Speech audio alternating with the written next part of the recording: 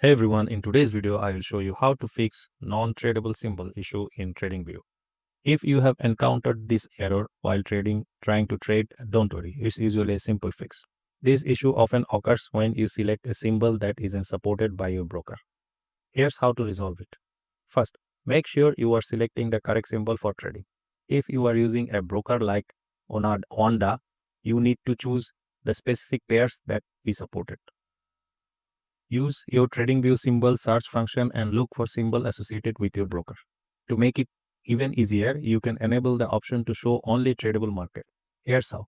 Go to the symbol search interface, look for a filter or checkbox label something like show tradable mark or show only symbols trading with your broker. Active this option. This filter will display only the symbols that are valid for trading with your broker. From there, browse through the list and select appropriate symbol. By doing this, you will avoid the non-tradable symbol error, as you will be working with supported symbol only.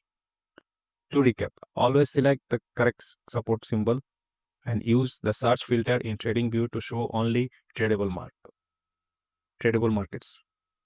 By following these steps, you will align your trade with your broker's offerings, avoid error, and enjoy a smoother trading experience. And that's it.